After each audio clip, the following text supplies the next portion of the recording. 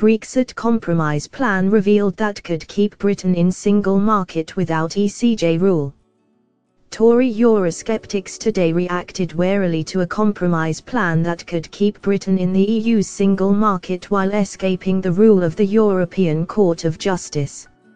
Under a proposal being considered by ministers, the Court of the European Free Trade Association, EFTA, would step in to oversee the future trade relationship between the UK and Brussels. Supporters believe the move could mean British firms continuing to enjoy full access to the EU's trade zone while also meeting Theresa May's insistence that the rule of EU judges over the UK once the country leaves the bloc in 2019. But the suggestion, floated by top Swiss judge Karl Bauder-Bacher, has been given a mixed reception by Brexit-backing Tories.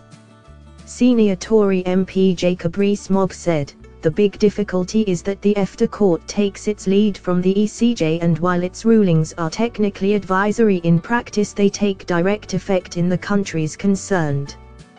That would be unacceptable." Fellow Tory Sir William Cash, who was chairman of the Commons European Scrutiny in the last Parliament, said it would be sensible to set up a dispute resolution system to govern Britain's relationship with Brussels after Brexit, but he questioned whether the EFTA court was up to the job. He said, "The problem with the EFTA court is that it tends to follow the rulings of the ECJ. The issue here is judicial sovereignty, which comes from our democracy. The most important thing is that the ECJ should not rule our affairs after we have left the EU." Fellow Tory Peter Bone wanted to see more details of the plan while accepting that a compromise deal could work. The backbencher said, "The key issue is that the court must be neutral, so it cannot be an EU court. Bringing in an EFTA body could well be a possibility. As long as it was not an EU court, then I think everybody would be happy." Both MPs spoke after it was revealed that Professor Bauder-Bacher, who is president of the EFTA court, has been attempting to broker a deal to break the deadlock in the Brexit negotiations between the British government and Brussels. The EFTA Court of Justice, which was set up in 1992, oversees the trade relationships between the EU and non-EU nations Iceland, Liechtenstein and Norway. Under Professor Bauder-Bacher's proposal, Britain would allow the court to arbitrate in any disputes with Brussels over trade issues. He said, "If the UK sought a bespoke agreement with the EU, it would in my view need to accept a court. It is unlikely that the EU would agree to any such arrangement without a judicial mechanism." Professor Bauder-Bacher is understood to have recently met David Davis, the government's EU exit secretary, and is due to come to the UK next month for further discussions about the move. His proposal is expected to feature in a document being published by Mr. Davis's department on Wednesday. Downing Street officials declined to comment on the proposal ahead of the publication of the document. There has been some excitable speculation about what's in the paper.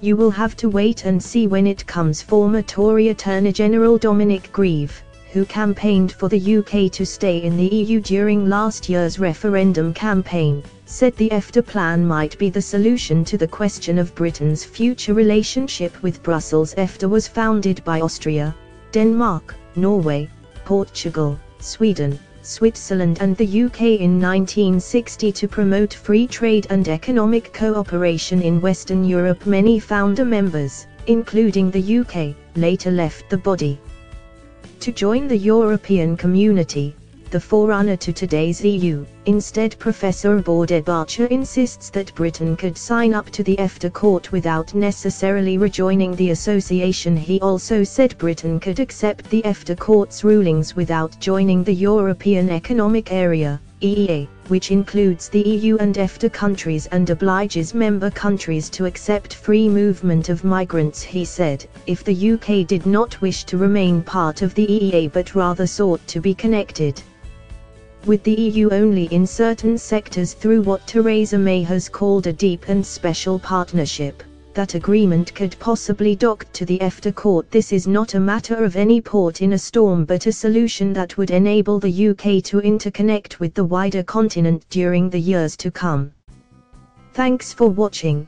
Please like, share and don't forget to subscribe English News Hub for new excited videos.